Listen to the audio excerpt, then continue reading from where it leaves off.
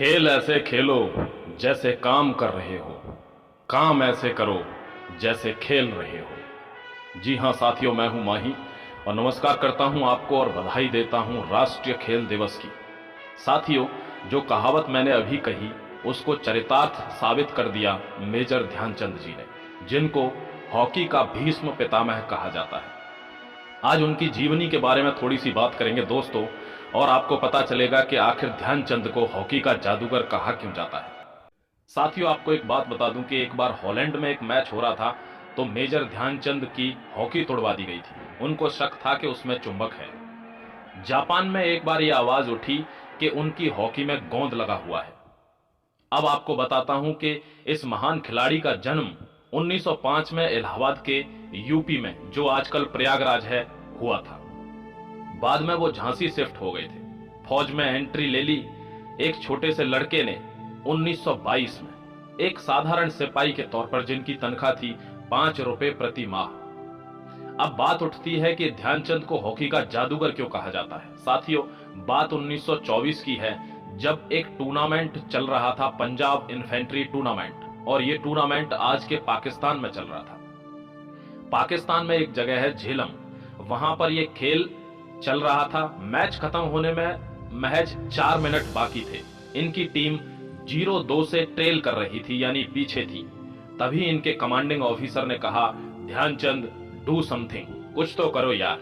साथियों, यकीन नहीं होगा, बचे हुए 4 मिनट में ध्यानचंद ने ताबड़तोड़ 3 गोल दाग दिए और टीम को 2-3 से जीत दिला दी।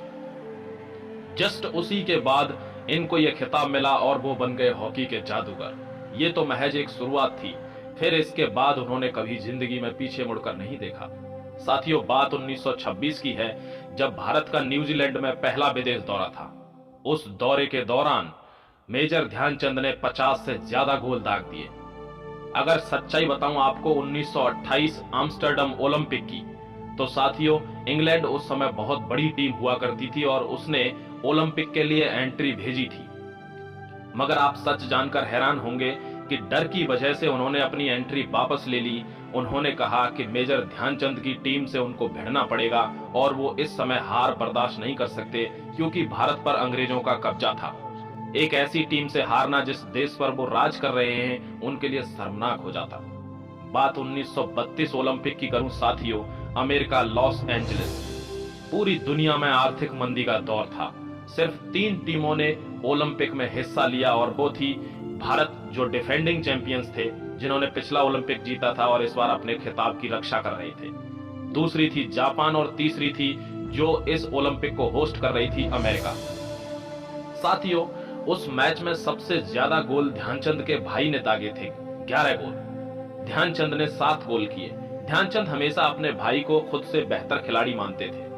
दिलचस्प बात यह थी कि इस ओलंपिक में यह तो अंदाजा था कि अमेरिका को भारत हरा देगा, मगर हर तीसरे मिनट पर एक गोल दाग दिया जाएगा, ऐसी रणनीति सिर्फ ध्यानचंद ही बना सकते थे। 24-1 से अमेरिका को हराकर उन्होंने गोल्ड मेडल पर कब्जा कर लिया। साथियों, उनके साथी बताते हैं कि उनको बिना देखे यह अंदाजा रहता था कि किस जगह पर कौन सा खिलाड़ी होगा, और वो इसी के चलते बिना देखे एकदम सटीक पास दे दिया करते थे। साथियों, आपको बात बताऊं 1936 बर्लिन ओलंपिक की, जो जर्मनी में हो रहा था। वहां पर जाने के लिए सुविधा नहीं थी। लोग पानी के जहाजों से गए, उनको महीनों लगे।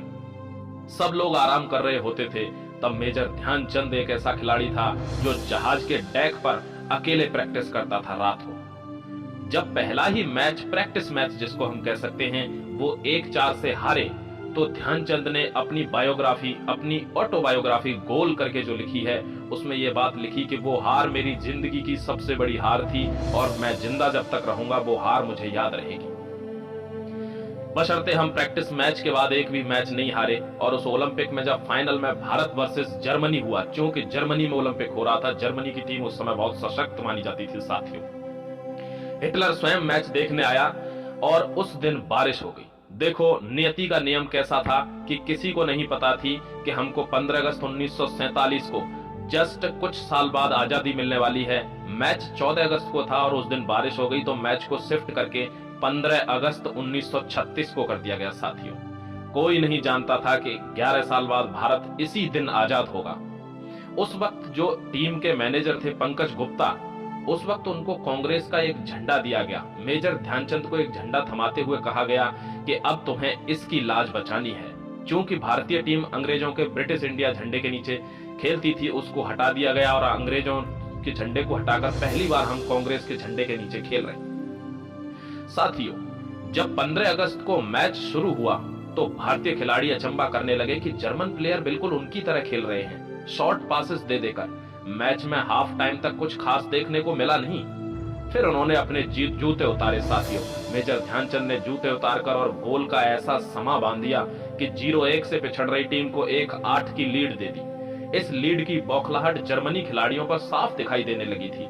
वो बहुत ही रफ हॉकी खेलने लगे, कभी किसी के पैर में किसी के हाथ में मारने लगे और इसी मैच के दौरान एक खिलाड़ी ने मेजर ध्यानचंद के दांत पर हॉकी मार दी, जिनसे उनका एक दांत टूट गया। साथियों, बावजूद इसके जब हाफ टाइम के बाद हम जीते तो लास्ट के 10 मिनट मेजर ध्यानचंद ने कहा कि अब गोल नहीं करना है, सिर्फ आपको इनको ये दिखाओ कि नकल के लिए भी अकल होनी चाहिए। और ध्यानचंद जी ने लास्ट के 10 मिनट इंडिया के किसी भी प्लेयर ने बॉल को, जर्मनी के किसी भी प्लेयर को टच नहीं होने दिया। उन्होंने कहा कि आप नकल तो कर सकते हो लेकिन भारत की टीम नहीं बन सकते। साथियों, क्रिकेट में जो स्थान डॉन ब्रैडमैन का माना जाता है, फुटबॉल में जो स्थान पेले का माना जाता है और टेनिस में बियॉन बोर्ड का, साथियों हॉकी में वही स्थान मेजर ध्यानचंद का है। इसीलिए भारत सरकार का धन्यवाद देते हुए कहते हैं कि इस दिन को 29 अगस्त को, उनके जन्मदिन को, because he is the father of national sport, तो इस दिन को हमने अपना राष्ट्रीय खेल दिवस घोषित कर दिया है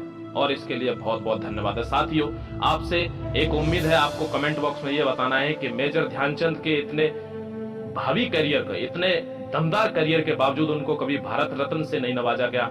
क्या उनको भारत रत्न मिलना चाहिए या नहीं? Thank you very much. मैं समझता हूं आपको ये कहानी पसंद आई होगी। साथियों, खुश रहें और अपना ख्याल रखें और राष्ट्रीय खेल दिवस की आपको बहुत बहुत शुभकामनाएं। Thank you very much.